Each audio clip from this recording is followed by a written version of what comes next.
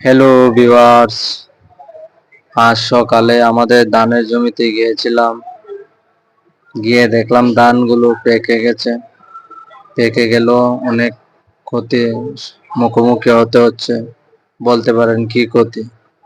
দেখেন, এই যে চোষাগুলো হয়েছে মাঝজারা পোকের জন্য।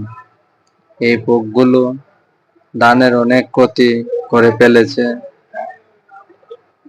প্রতিটি জমিতে মাঝজারা পোকের জন্য দেখেন কি অবস্থা হয়েছে।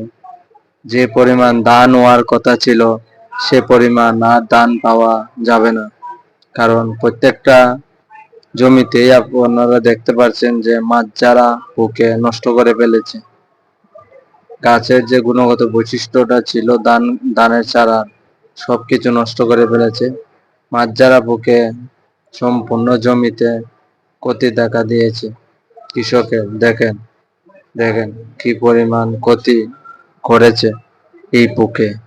এই পোকার কারণে কৃষকের অনেক ক্ষতি হয়ে গেছে, যা কৃষকের খুব চিন্তার ভাঁজ পড়েছে।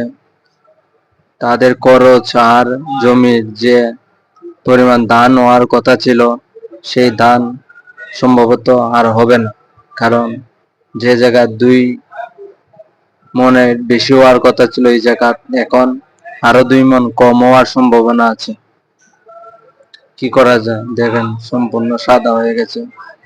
ধানের চারার কোনো ধানের যে ছড়াগুলো নষ্ট হয়ে গেছে। কি আর করা যায়? সব ক্ষতির মুখে কৃষক পড়ে গেছে।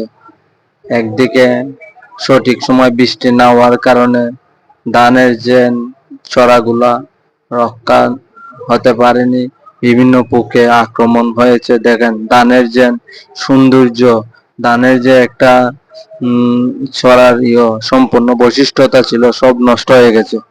ধানের ছিটকে পড়ে গেছে, ধানের পাতাগুলোতে ধানগুলোতে ছিটকে পড়ে গেছে। ধানের সৌন্দর্য সব নষ্ট হয়ে গেছে। ধান যে পরিমাণ